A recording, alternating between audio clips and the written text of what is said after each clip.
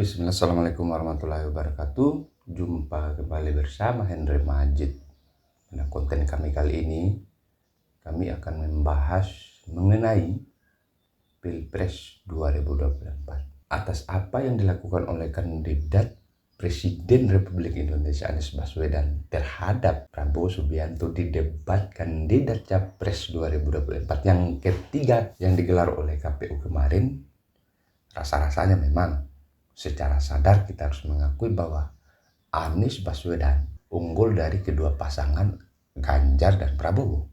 Kenapa? Pada debat kandidat Capres yang diselenggarakan KPU yang ketiga kemarin, kami rasa-rasanya mengakui bahwa Anies Baswedan unggul dibandingkan dengan kedua pasangan Ganjar dan Prabowo. Kenapa?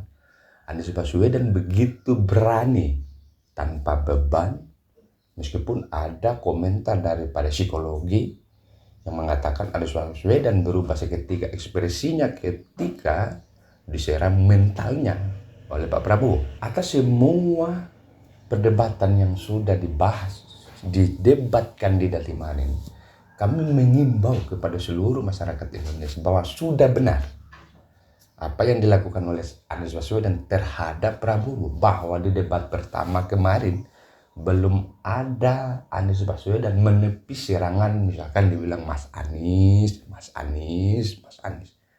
Tidak disangkali oleh Anies Baswedan karena belum mempunyai kesiapan apa-apa. Belum terpikirkan oleh Anies Baswedan bahwa ada kosakata yang dikeluarkan oleh Prabowo yang akan sebegitu. Tetapi rupanya pada debat ketiga ini Anies Baswedan mulai menyadari sedikit demi sedikit dan sudah menyiapkan hal ketika akan diserang mentalnya oleh Pak Prabowo. Maka dibuktikan itu dengan membukakan data dan menepis semua apa yang menjadi argumentasi.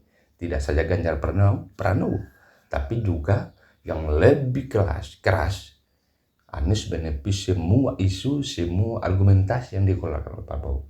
Maka kami menyimpulkan bahwa sudah benar apa yang dilakukan oleh Anies Baswedan terhadap Prabowo untuk memberikan satu pelajaran juga sebenarnya, bahwa diungkit-ungkit masa lalu, bahwa Anies Baswedan diperingati sebenarnya secara implisit bahwa Anies Baswedan kalau bukan karena Prabowo tidak akan mungkin sampai maju melanggar ke presiden, karena kemarin sudah menjadi gubernur DKI Jakarta.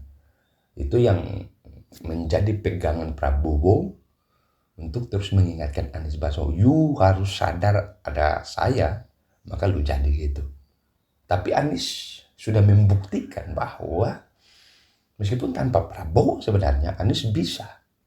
Meskipun tanpa Prabowo, Anies membuktikan dirinya melalui debat ketiga itu bahwa dia mampu untuk mengubah negara Republik Indonesia, mengubah Indonesia dengan jargon yang dibawa, dengan perubahannya, dengan segala konsekuensi yang kemudian akan menjadi satu isu yang akan dikemas oleh seluruh netizen.